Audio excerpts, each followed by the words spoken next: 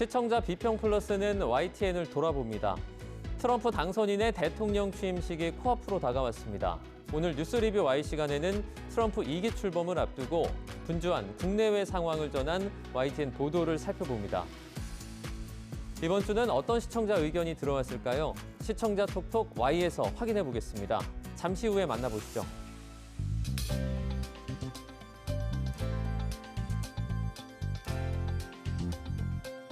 시청자 여러분 안녕하십니까? 정주웅입니다. 이제 YTN의 제작 프로그램을 OTT 플랫폼인 티빙에서도 시청할 수 있습니다. 이 YTN 유튜브를 통해서 꾸준한 사랑을 받고 있는 국제시사 정보 프로그램 이게 웬 난리지부터 탐사보도 프로그램인 팩트추적까지 다양한 제작 프로그램이 준비되어 있는데요. YTN이 엄선한 고품질의 다양한 콘텐츠들 지금 티빙에서 시청해 보시길 바랍니다. 그럼 이번 주 시청자 비평 플러스 문을 열어보겠습니다. 먼저 뉴스 리뷰 Y로 시작합니다.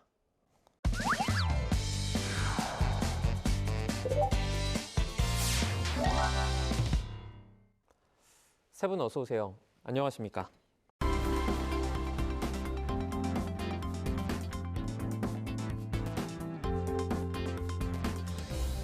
뉴스 리뷰 Y 시작해봅니다. 먼저 반유미 시청자 평가원이 가져오신 오늘의 주제부터 들어봅니다.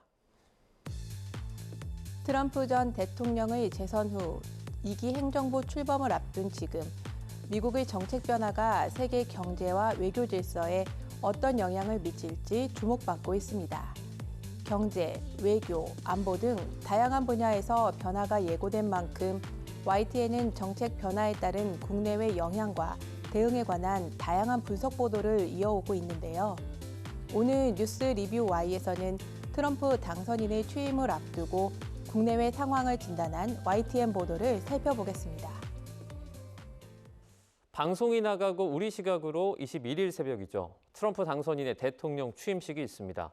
미국 신행정부 출범을 앞두고 있는데 이미 국내외에 상당한 영향을 미치고 있지 않습니까? 그만큼 보도량도 상당했던 것 같아요. 네, 맞습니다. 취임식이 있기 전이긴 하지만 이미 트럼프 당선인의 정치적 행보는 시작이 되었는데요. 그런 의미에서 현 상황을 진단한 보도를 살펴보는 것은 의미가 있다고 봅니다. 2024년 미국 대통령 선거에서 도널드 트럼프 공화당 후보가 승리하면서 미국 현지 시각이죠. 2025년 1월 20일 트럼프 2기 행정부가 정식 출범하게 됩니다. 트럼프 2기 행정부는 이전 바이든 행정부와 정치, 경제, 외교 방면에 다른 태도를 보이고 있습니다. 그래서 미국과 밀접한 관계에 있는 여러 나라들이 대응책 마련에 고심을 하고 있는데요. 트럼프 2기 관련하여 다양한 뉴스가 보도가 되었습니다. 이 보도는 미 동맹, 관세 등 우리가 당장 관심을 기울이고 있는 주제뿐만 아니라 미국의 외교적 입장 변화로 인해서 국제사회가 어떻게 변동하고 있는지, 그리고 관세 정책으로 인해서 다른 나라들이 어떤 입장을 취하고 있는지를 알려주면서 이런 변화 속에서 한국은 어떤 입장을 취해야 하나 생각하게 도운 의미가 있습니다. 어지러운 시국에도 YTN에서는 트럼프 당선인 관련 보도들이 꾸준히 이어져 왔습니다. YTN 보도국이 어느 때보다 바빴을 연말 연초였는데요. 국제 소식인데다가 취재가 쉽지 않았을 것 같은데 여기에 취임식 특보까지 저희 준비를 하고 있죠. 네, 그렇습니다. 취임식이 우리 시각으로 21일 새벽 2시거든요. 그래서 그거보다 1시간쯤 앞선 새벽 1시쯤부터 특보가 시작이 되거든요. 취임식을 생중계할 예정입니다. 그 동시 통역으로 생중계를 할 예정이고요. 2시 정각에 대통령 취임 선서가 있고 20분 정도 취임 연설이 있을 예정입니다. 스튜디오에 기자와 전문가가 출연해서 좀 분석을 실시간으로 해주고요. 저희 특파원들도 연결할 생각입니다. 그리고 그날 저녁, 그러니까 21일 저녁 6시 50분부터 1시간 정도는 트럼프 어게인 한국 경제는을 주제로 특별 대담 프로그램도 준비되어 있습니다. 네, 말씀해 주신 것처럼 저희가 다양하게 준비가 되어 있습니다. 또 행정부 정책 변화에 전 세계 이목이 쏠려 있는데요. 관련 소식을 다룬 보도부터 저희가 살펴보도록 하겠습니다. 평가원님 어떻게 보셨죠? 네, 트럼프 2기 행정부 정책의 변화와 특징을 다룬 보도를 먼저 살펴보도록 하겠습니다. 트럼프의 기환 앞둔 미국 새해 표정은 보도에서는 트럼프 대통령 당선인의 취임식을 앞두고 분주해진 미국 현지 분위기를 생생하게 전했습니다. 트럼프 2기 행정부의 주요 정책 방향을 전망하고 한국과 국제사회에 미칠 영향을 예측했는데요. 탄핵 정국으로 인한 국내 리더십 공백이 차기 정부와의 관계에 부정적으로 영향을 미칠 수 있고 안보 분야의 코리아 패싱 우려도 함께 전했습니다.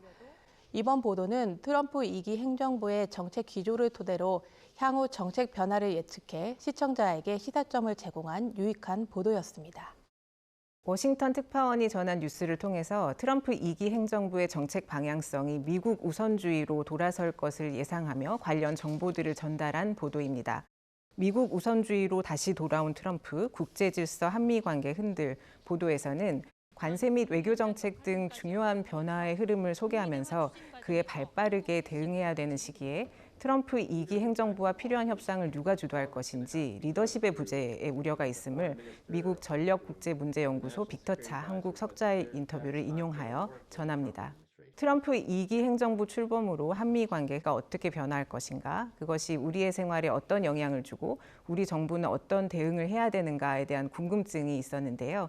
그에 대해서 시의적절한 정보를 전달한 보도라고 생각합니다.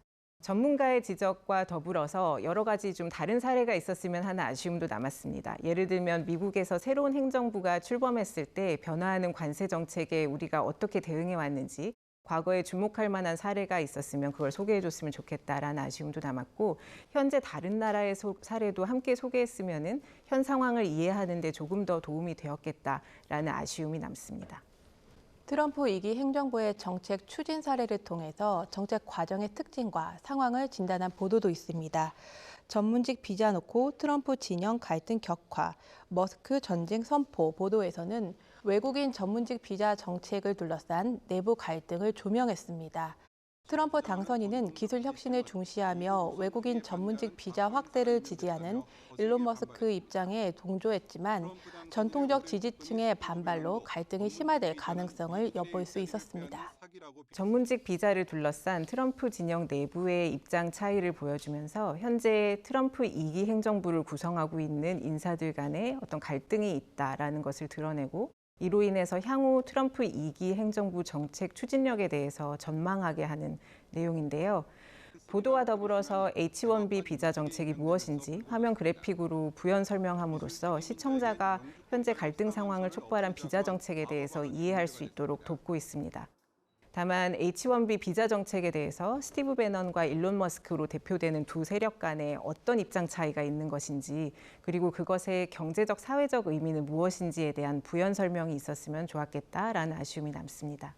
물론 하나의 보도에 할당되는 시간이 한정되어 있고요. 그리고 본 보도의 경우 트럼프 진영 내의 갈등을 드러내는 데 초점을 맞춘 것이 목적이 있으리라 짐작이 되기는 합니다.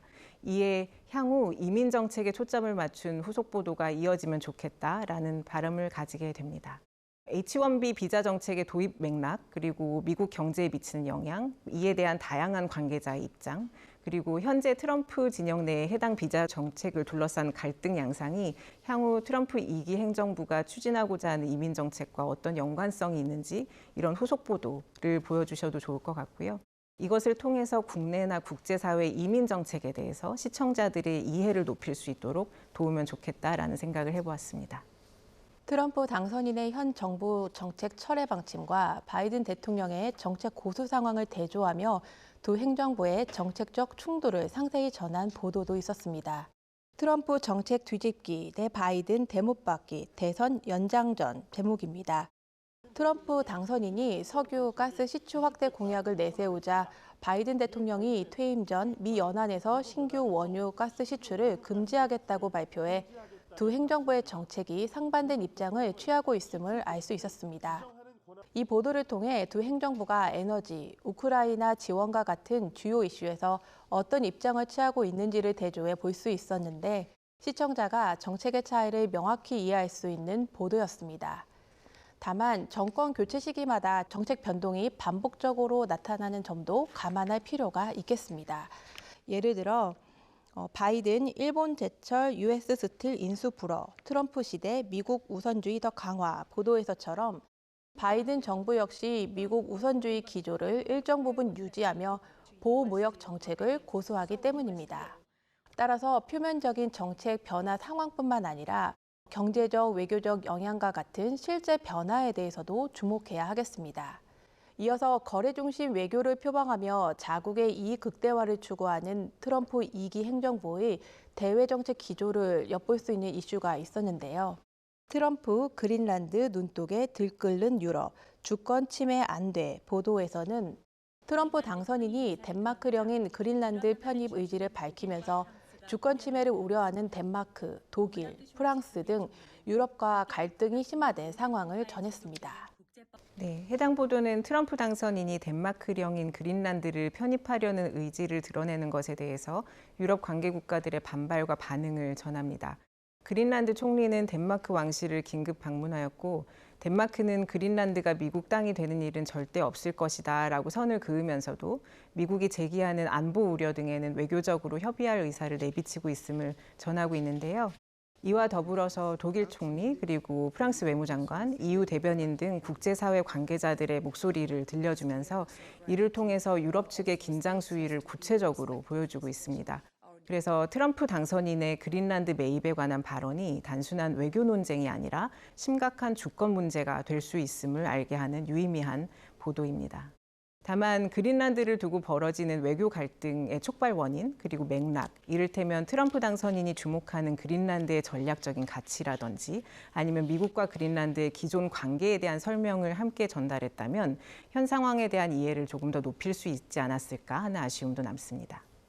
맞습니다. 시청자 입장에서는 그린란드 매입이라는 주제가 생소하게 느껴졌고 국제정치, 경제, 지정학적 전략과 연관돼 복잡하게 이해될 수도 있었습니다. 이에 대한 심층적 이해를 돕기 위해 그린란드 매입 시도의 경제적, 전략적 배경을 분석하는 보도를 추가해 주었는데요. 기후변화가 가져온 트럼프의 땅 욕심에서는 그린란드 매입 시도의 배경을 지구온난화로 인한 자원 개발과 새로운 해상 항로의 부상으로 설명했습니다. 시청자가 트럼프 당선인의 대외 정책이 경제적 이익과 지정학적 전략에 기반하고 있음을 보다 깊이 있게 이해할 수 있도록 도왔습니다. 트럼프 2기 정부 출범 뒤에 글로벌 경제 걱정하는 분들 참 많으시죠. 이에 따른 세계 경제 변화를 주목하는 보도가 많았습니다. 이 부분은 YTN 국제부뿐만 아니라 전 부서가 해당될 것 같은데요. 관련 소식 전한 YTN 보도도 살펴보도록 하겠습니다. 네, 제가 주목한 첫 번째 보도는 트럼프 관세 역효과, 역대 최대 수출인데 미국 무역은 적자 제목입니다. 미국 무역 수지 적자를 개선하려는 트럼프 2기 행정부의 관세 폭탄이 역설적으로 미국을 배제하는 무역을 확대한 결과를 야기할 수 있다. 라는 경제학자 등 전문가의 코멘트를 전하고 있습니다. 그래서 트럼프 2기 행정부의 관세 정책이 오히려 미국을 고립시키는 역효과를 불러일으킬 수도 있음을 지적하고 있습니다. 이와 더불어서 트럼프 당선인이 내세우는 관세 정책의 실현 가능성, 그리고 미국 내 반응, 관세 정책 변화로 인해서 업종별 영향과 소비자 물가의 영향 등 장기적인 관세 변화가 어떤 영향을 미칠 수 있는지를 상세히 다루는 후속 보도도 기대하게 합니다. 기업 차원의 변화를 체감할 수 있도록 한 보도도 있었습니다. 트럼프 측 반도체법 보조금 재검토, 삼성 SK는에서는 바이든 행정부에서 추진한 반도체 산업 보조금 지급을 재검토할 수 있음을 시사했습니다. 삼성전자와 SK하이닉스 등 한국 기업들은 미국 내 반도체 투자 보조금 협상을 진행 중인데 이러한 재검토 움직임으로 인해 사업의 불확실성이 커지고 있는 실정입니다. 이 보도는 정권 교체에 따른 정책 변화가 기업들의 전략과 경제에 미치는 영향을 보여주며 이에 대한 대응 전략 마련이 중요하다는 점을 재차 시사했습니다. 이 트럼프 당선인의 접근 방식에 대응하기 위해서 과거보다 좀 더 정교한 정책 수립이 필요한 실정입니다. 우리나라의 대응 전략을 전했던 YTN 보도들도 있었는데요. 좀 살펴보겠습니다. 트럼프 2기 행정부 출범이 국내 정치적 상황과 맞물려 한미 관계에 부정적 영향을 미칠 수 있다는 우려가 지속적으로 제기되고 있는데요. 한국 혼란 속 트럼프 2기 출범 최악 시나리오 보도에서는 트럼프 당선인이 한국에 고율 관세를 부과할 가능성이 높음에도 국내 정치 혼란으로 제대로 대응하지 못할 것이라는 미 전문가의 지적을 전하며 혼란이 장기화될 경우 최악의 상황으로 이어질 수 있다는 우려를 강조했습니다. 또한 한국 트럼프 2기 시범 케이스 전락 우려에서는 정치적 혼란 속에 있는 한국을 시범 케이스 삼아 고율 관세 부과를 검토할 가능성이 있다고 보도해 국내외적으로 대비책 마련이 시급하다는 점을 부각했습니다. 트럼프 2기 행정부 출범에 대한 보도가 위기론을 강조하는 경향을 보이는 만큼 중간 점검도 필요해 보입니다. 특히 언론 보도에서 자주 등장하는 코리아 패싱, 최악 시나리오 등의 표현을 고려할 때 실질적 대안을 모색할 수 있도록 그 기회에 관한 정보도 제공해 시청자가 균형 잡힌 관점으로 사안을 바라볼 수 있게 할 필요가 있겠습니다. 네, 그와 관련해서 눈에 띄는 보도가 있습니다. 앤디 김 한국은 대치 상황, 정치적 야망 채워선 안 돼 제목의 내용인데요. 이 보도는 트럼프 2기 행정부 출범 후에 미국과 한국의 관계에 대해서 미국 정치인의 입장과 전망을 알립니다. 한국계 정치인 중 처음으로 미국 연방 상원의원이 된 앤디 김이 아태 지역 기자들과 진행한 기자간담회 내용을 소개하고 있는데요. 이 기자간담회에서 앤디 김은 트럼프 당선인이 주한미국 방위비 인상을 요구할 경우에 한국과의 파트너십으로 인해서 미국이 얻는 혜택 등을 명확히 드러내면서 미국이 자선을 베푸는 게 아님을 확인시켜야 된다라고 제시하고 있습니다. 한미 국제관계 변화에서 대비하고 예상할 점을 미국 정치권 내부자의 의견으로 소개한다는 데 의미가 있는 보도였습니다. 다만 시청자들이 해당 기자간담회의 내용을 파악함에 있어서 앤디 김의 정치적 입장이나 입지, 그리고 아태 지역 기자간담회의 의미 같은 맥락 정보를 덧붙여서 전달했다면 뉴스의 정보성이 조금 더 높을 수 있었겠다라는 아쉬움은 남습니다. 살펴본 것처럼 다수의 보도를 통해 트럼프 2기 행정부 출범에 따른 정책 변화로 국내 대응 필요성이 강조되었고 또 이에 따라 정부 차원의 협력 채널 구축을 위한 외교적 노력이 진행되고 있음을 확인할 수 있었습니다. 그러나 FT 트럼프 2기 앞두고 한국 대응 미비, 한국 기업 악영향 우려 보도에서는 미 언론 보도를 인용해 탄핵 정국이 이어지면서 한국이 트럼프 당선인에 대응할 정책적 구심점을 잃고 있다는 지적을 전했습니다. 또한 미국에 투자한 한 기업 관계자는 정부에서 우리를 대변해줄 사람이 없다며 외교적 지원 부족에 따른 어려움이 있다는 점을 토로했습니다. 현재까지 트럼프 2기 행정부의 정책 변화에 대한 다양한 분석이 이루어졌던 만큼 앞으로는 실질적인 대응 방안을 모색할 수 있도록 기업과 산업 현장에서 제기하는 우려를 반영한 실태 보도가 늘어나기를 기대합니다. 네, 정말 중요한 시기입니다. 트럼프 2기 출범과 관련해서 당분간 경제 상황을 꾸준히 살피는 YTN 보도가 이어질 것으로 예상이 되는데요. 앞으로 좀 어떤 방향으로 나아갈지 좀 시청자에게 더 필요한 정보들이 제공됐으면 좋겠습니다. 어떻게 보세요? 네, 그 조지 부시 전 미국 대통령의 정책을 언론에서 ABC라고 이름을 붙였었죠. Anything but Clinton. 그래서 전임 클린턴 대통령의 정책만 아니면 다 오케이. 그러니까 전임 정부의 정책을 모조리 부정하는 그런 방식으로 갔고 트럼프 2기도 비슷합니다. 바이든 지우기에 적극적으로 나설 것 같고 굉장히 속도를 낼 것 같은데요. 우리가 걱정하는 것은 아까 두 분께서 지적해 주신 것처럼 인플레이션 감축법이라든가 보조금 정책이라든가 보편적 관세 이런 것들은 우리에게 이제 직접적으로 영향을 미치는데 대부분 악영향을 미칠 것이기 때문에 굉장히 어렵죠. 그런데 가장 큰 문제는 우리가 지금 상황이 트럼프 행정부와 지금 그 서로 대화할 수 있는 파트너십이 아직 구성되지 않았다는 거죠. 트럼프 당선인이 1기 대통령이 됐던 지난 2017년도 우리나라가 비슷했습니다. 박근혜 대통령이 탄핵을 당했고 당시 황교안 직무대행이 트럼프 대통령하고 전화 통화만 2번 하고 만나질 못했었거든요. 그런데 지금 그때보다 훨씬 더 안 좋습니다. 그래서 이럴 때일수록 우리 언론들이 좀 더 그 국익을 생각해서 신중하게 보도할 필요가 좀 절실하다 이렇게 생각됩니다. 네, 그럼 오늘 뉴스 리뷰 Y 내용 정리해 보겠습니다. 이것만은 꼭 시간인데요. 먼저 평가원님 한 줄 평 부탁드립니다. 실질적인 대응 모색을 위한 실태 보도 이어가 주길. 트럼프 2기 행정부 관련 보도는 정책 내용과 그에 따른 영향을 포괄적으로 다루며 시의성 있는 정보를 제공했다는 점에서 긍정적으로 평가할 수 있습니다. 대외 환경 변화 속에서 위기론을 강조한 보도는 정부와 기업의 대비 필요성을 환기시키는 역할을 했습니다. 그러나 위기 강조에 그치지 않고 기회를 찾을 수 있는 실질적인 대안을 제시하는 보도가 필요합니다. 경제 및 외교 현장의 목소리를 반영한 실태 보도를 통해 효과적인 대응 전략을 마련하는 데 기여하는 언론의 역할을 기대하겠습니다. 네, 이어서 김아미 박사님 한 줄 평도 들어보도록 하겠습니다. 변화하는 국제정세 이해 돕는 나침판 역할 해주기를.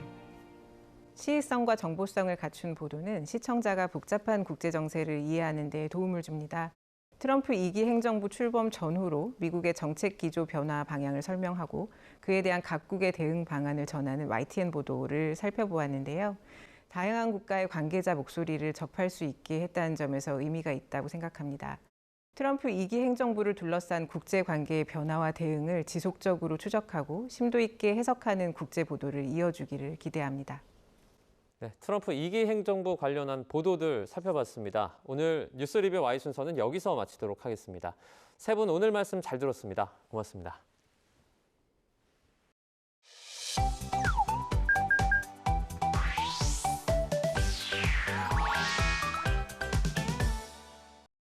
YTN을 향한 시청자 의견이라면 모두 귀 기울여 듣고 답하는 시청자 톡톡 Y 시간입니다.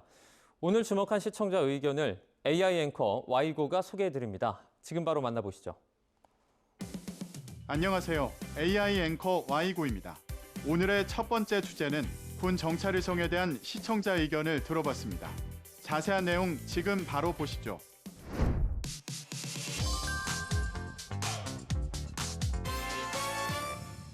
대북 탐지망을 강화하기 위한 국방부가 지난달 미국에서 군 정찰의성 3호기를 발사해 정상 궤도로 진입했다는 사실을 알린 보도가 있었습니다.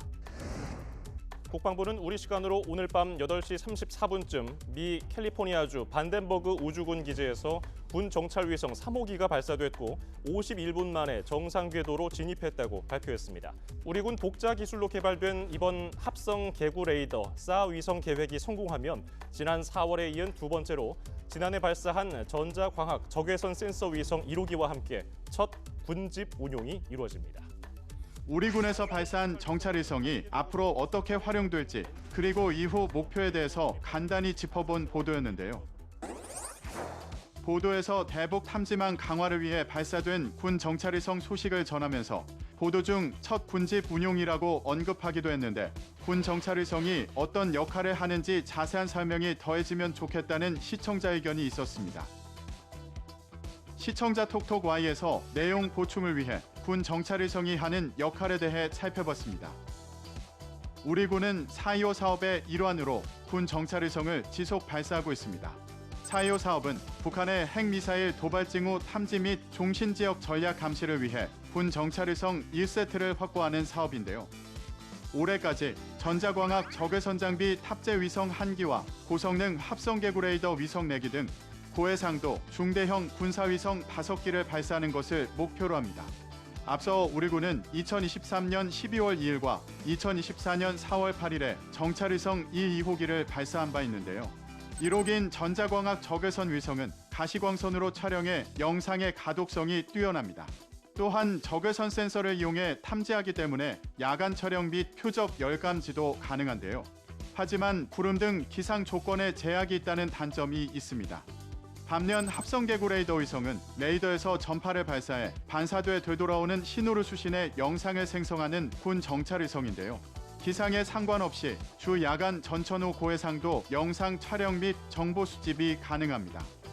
이번 3호기 발사 성공 시 우리 군은 1, 2호기와 함께 우리나라 최초의 군집 운용으로 지구를 일일 수십 회 공전해 표적의 움직임을 수시로 확인할 수 있는데요.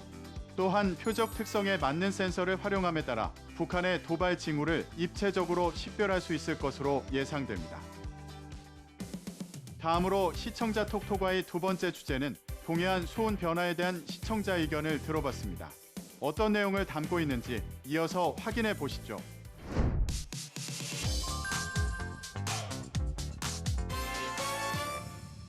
앞서서 YTN에서는 해수온 변화로 인한 동해안 어장 지도가 급변하고 있다는 내용 전해드렸었는데요.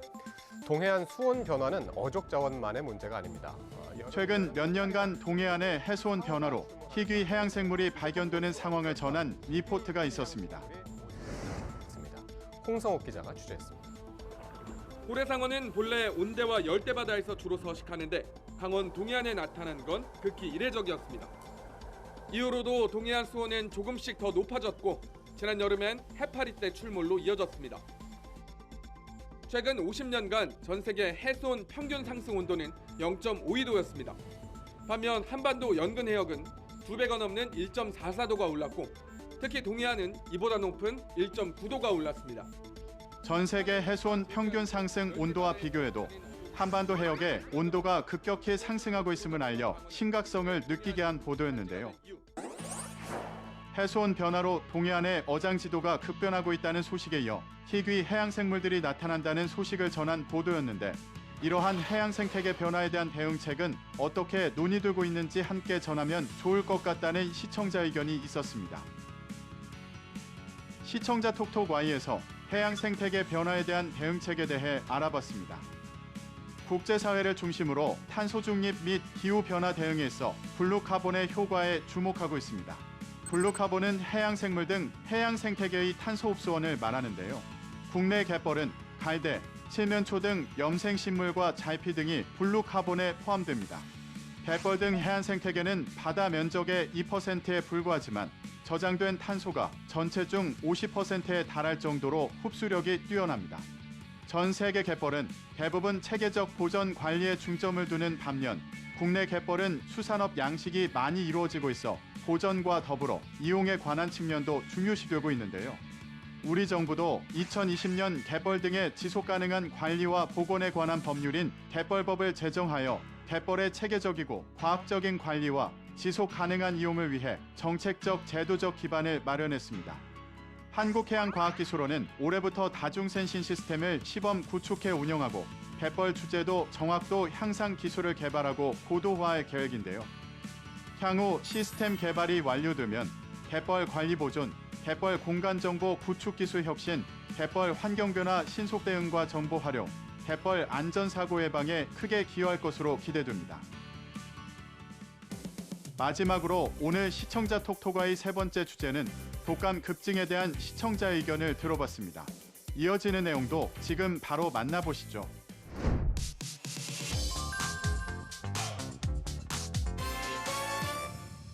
최근 독감 유행이 심상치 않습니다. 독감 의심 환자가 3주 만에 9배 넘게 급증했는데요. 독감 환자가 급격히 늘어나면서 방역 당국이 고위험군에게 백신을 접종하라는 당부를 전한 리포트가 있었습니다. 독감이 비상입니다. 지난주 표본감시 대상 병원 300곳에서 외래 환자 1000명당 독감 의심 환자가 73.9명 발생했습니다. 환자 1000명에 7.3명에서 매주 가파르게 상승하더니 3주 만에 9배 넘게 급증한 겁니다. 이 수치는 주간 단위로 지난 2016년 86명대를 기록한 이후 가장 많습니다.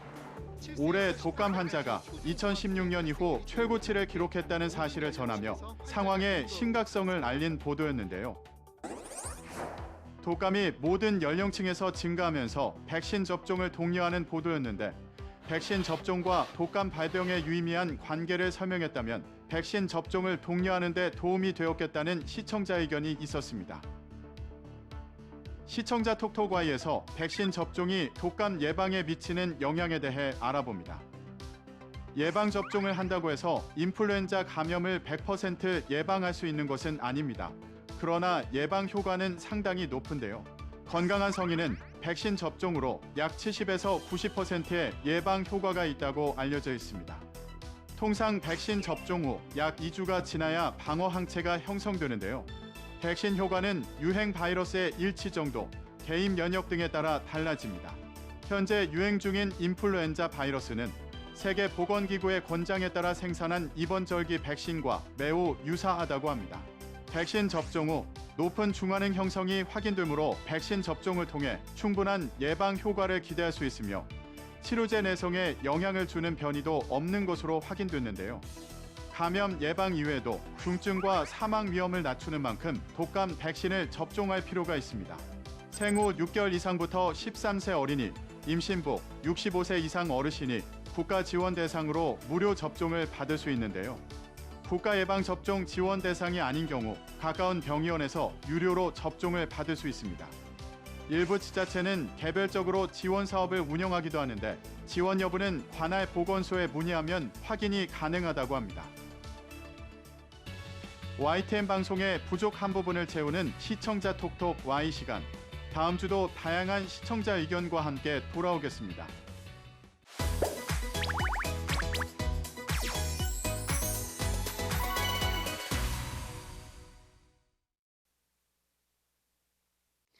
안녕하십니까. 2025년 1월 YTN DMB 시청자위원회 회의를 시작하도록 하겠습니다.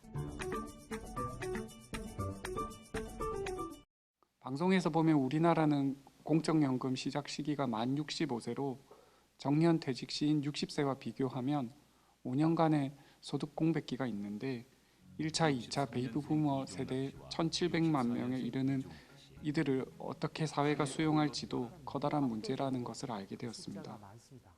그리고 방송에 나온 전문가들의 의견은 대체로 일반적으로 타당한 의견 제시이기는 하지만은 인상적인 점이 좀 부족했습니다.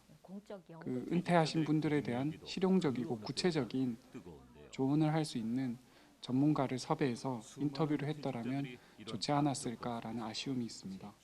그 방송에서는 은퇴 이후의 경제적인 부분에 관해서 주로 다루고 있는데 사실 65세가 넘었을 때 우리가 나는 누구이고 어디에서 와서 어디로 가는가라는 삶의 마무리를 하는 어떤 정신적이고 정서적인 부분도 다루었으면 좋지 않았을까 하는 아쉬움이 있습니다. 일부에서는 주 출연자 중 남성이 3인이었음에 비해 여성은 1인에 불과하였습니다. 2부에서도 대구시 공공시설관리공단의 정년 이후 재고용과 관련하여 출연한 인터뷰의 2인도 모두 남성이었습니다. 베이비 부머의 은퇴 문제는 남성에게만 해당하는 것이 아니고 특히 해당 연령층은 이전보다 여성의 사회 진출이 늘어나는 시기를 거치면서 양성이 거의 동등하게 사회에서 활약을 하고 있는 현실에 대하여 제작진들도 주지하고 있었을 것임에도 불구하고 남성과 여성의 출연자 비율이 이 정도로 균형을 갖추지 못한 것은 문제라고 생각합니다. 다만 이러한 문제점이 있음에도 불구하고 이 프로그램은 실제로 은퇴하였거나 은퇴를 앞둔 베이비 부머들의 솔직한 이야기를 듣고 그들이 가진 고민에 대해서 함께 생각해 볼 수 있는 자리를 마련해 주었고 그러한 고민이 어떤 원인 때문인지 전문가들의 의견을 통해서 알 수 있는 계기를 마련해 주었다는 점에서 유익하고 시의성 있는 다큐멘터리였다고 생각합니다. 프로그램에서 설명하는 바와 같이 고령층 인력이 퇴직한 자리에 청년들이 지원하는 비율도 적을 뿐만 아니라 고령층의 축적된 노하우 활용은 국가적으로 매우 필요한 사항입니다. 이러한 관점에서 세대 간의 갈증 문제로 바라볼 것이 아니라 프로그램에서 제시한 바와 같이 열린 시각으로 사회적 문제 해결 접근이라는 관용적 태도가 필요하다고 생각됩니다. 이러한 면에서 다큐24 평생 현역 베이비 부머는 공감대 형성을 위한 내용을 적절히 잘 풀어낸 프로그램이라고 생각합니다. 다만 아쉬운 점은 제시된 사례에 해당되는 베이비 부머들의 경우에 공기업 등과 같이 비교적 안정적인 기관에서 근무한 경우를 제시하고 있다는 것입니다. 많은 비율을 차지하고 있는 일반 민간기업, 특히 중소기업의 경우는 보다 심각한 문제이며 이들의 사례를 추가적으로 제시했다면 보다 공감대 형성에 도움이 되지 않았을까라고 생각합니다. 이 특집에서 예시로 등장한 4명의 인물은 착실하게 한 직장에서 30년 넘게 일해왔고 노후 준비도 잘 이루어진 은퇴자인 것 같습니다. 이들은 대한항공에서 가스안전공사에서 능력 있는 전문가로 교도관으로 교사로서 30여 년 이상 성실하게 책임감 있게 근무를 해왔고 이제 그 직장에서 은퇴한 사람인데 아직도 왜 돈의 문제에서 벗어날 수가 없는 것인가요? 돈의 관점에서 은퇴 후 삶을 기획한 이 프로그램을 모두 보고 나면 뭔가 불편함이 느껴지는 것이 저뿐인지 모르겠습니다. 분명 누가 보더라도 사회적으로 안정적이고 성실하며 책임감 있는 직업관을 갖고 잘 살아왔고 이제 막 은퇴한 분들이 돈의 관점에서 보면 희망적이지 못한 은퇴 후 삶에 직면하게 되는 것인지요. 한편으로는 은퇴 후 현실적으로 피하고 싶은 돈의 문제를 직시하게 하고 사회적 해결책을 강구하도록 일깨워준 이 프로그램이 적절한 시기에 제작되었다는 생각과 함께 다른 한편으로는 은퇴 후에도 여전히 또 다른 일자리를 찾고 생계를 유지하도록 하는 개선안이 바로 그 정답일까 하는 아쉬운 마음이 들게 됩니다. 방송은 퇴직을 앞둔 사람뿐만 아니라 이미 퇴직을 한 사람들 그리고 퇴직 후 새로운 도전을 준비하는 가족들의 이야기를 균형 있게 다뤄서 보다 객관적인 시각을 제공하였습니다. 준비된 퇴직과 준비 없이 맞이한 퇴직 사례를 모두 보여줌으로써 다양한 상황에 처한 시청자들의 자신에게 맞는 방향을 찾을 수 있도록 돕는 구성도 훌륭했습니다. 하지만 일부 시청자들은 자격증 취득을 강조하는 사례들이 과하게 비춰질 수 있다고 느꼈을 것 같습니다. 물론 자격증 취득이 중요한 동기부여가 될 수는 있지만 모든 사람들이 자격증을 여러 개 취득해야만 노후 준비를 성공할 수 있는 것은 아닙니다. 방향성을 명확하게 하고 자신이 좋아하는 일에 집중하는 것만으로도 충분히 성공적인 노후 준비가 가능하다는 메시지를 더 강조했더라면 부담을 줄이고 보다 현실적인 대안으로 다가올 수 있었을 것입니다. 이번 프로그램에서는 출연한 분들의 정년 이후의 현실적인 걱정들과 각종 자격증 정보를 논하는 장면에서는 몇십 년을 일하고도 다시 100세를 살아가기 위한 노력은 계속돼야 한다는 이 현실이 서글프기까지 했는데요. 비슷한 연령대의 시청자분들에게는 충분한 공감을 이끌어내었을 것 같습니다. 이번 방송은 정년 연장에 대한 중요성과 다양한 분들의 은퇴 후 노후를 준비하는 현실적인 모습들을 살펴보고 제2의 인생을 어떻게 준비하는가에 따라서 개인의 삶이 또다시 달라질 수 있다는 것을 간접적으로 체감할 수 있는 방송이었습니다. 결국 고령화 시대에 들어서 가장 중요한 것은 생활을 위한 소득이 가장 중요한 것으로 결론을 지어졌는데요. 2부에서는 짧은 내용이었지만 은퇴 후에 일자리 창출을 위한 다양한 지원 정책과 구석구석에서 일어나는 시니어 고용 정책 등을 살펴볼 수 있었고 노인 천만 시대 2조 이상의 예산을 들여서 고령화 시대를 준비하는 정부의 노력도 약간은 엿볼 수 있었습니다. 2부 나에게 정년은 없다에서는 일부에 나왔던 이종욱 씨와 64년 친구들의 모임이 보여지는데 스스로 노인임을 거부하고 아직도 일할 수 있음을 말하는 신중년의 모습이 보입니다. 공무직 정년 뒤 재고용 협약 사례도 보여주었고 노인 일자리 시청자들에게 유익할 수 있는 노인 일자리 사업 정보 안내 글도 자막으로 올려져 있었습니다. 한국노인인력개발원은 일자리 증가, 예산 증액 등도 중요하지만 이들이 활동할 수 있는 경로를 만들어주는 것이 중요한 과제라고 하였습니다. 동감하는 부분입니다. 가산 디지털력 시니어 승강기 안전담이 좋은 사례가 되겠습니다. 2024년 12월과 2025년 1월 2부작으로 편성된 다큐24 본 프로그램은 한 해를 보내고 새해를 맞는 것이 정년과 새로운 노후의 시작처럼 시기적으로도 적절했다고 봅니다. 이번 방송은 탈북자 문제를 통해 국제적 인권 감수성과 책임 의식을 환기시키는 데 성공했습니다. 하지만 시청자로 느낀 점은 문제의 복잡성과 다양성 이해관계를 충분히 고려하지 않았다는 것이었습니다.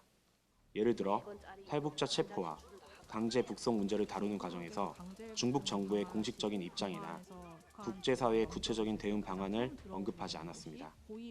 또한 강제 검사 과정에서 발생하는 인권 침해 사례를 다루는 부분에서 지나치게 충격적인 묘사에 의존한 점은 다소 아쉬웠습니다. 문제의 심각성을 알리는 데 효과적이었으나 시청자들에게 정서적 부담감을 줄 가능성이 있었습니다.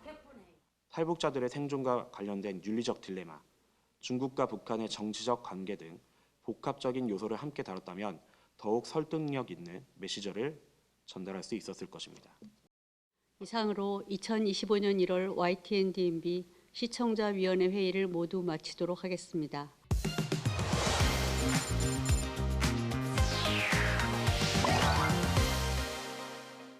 시청자 목소리로 YTN을 되돌아봅니다. 방송에 대한 여러 의견들 SNS와 홈페이지를 통해서 남겨주시고요. 시청자 비평 플러스는 다음 주 더 새로운 의견으로 돌아오겠습니다. 시청해주신 여러분 고맙습니다.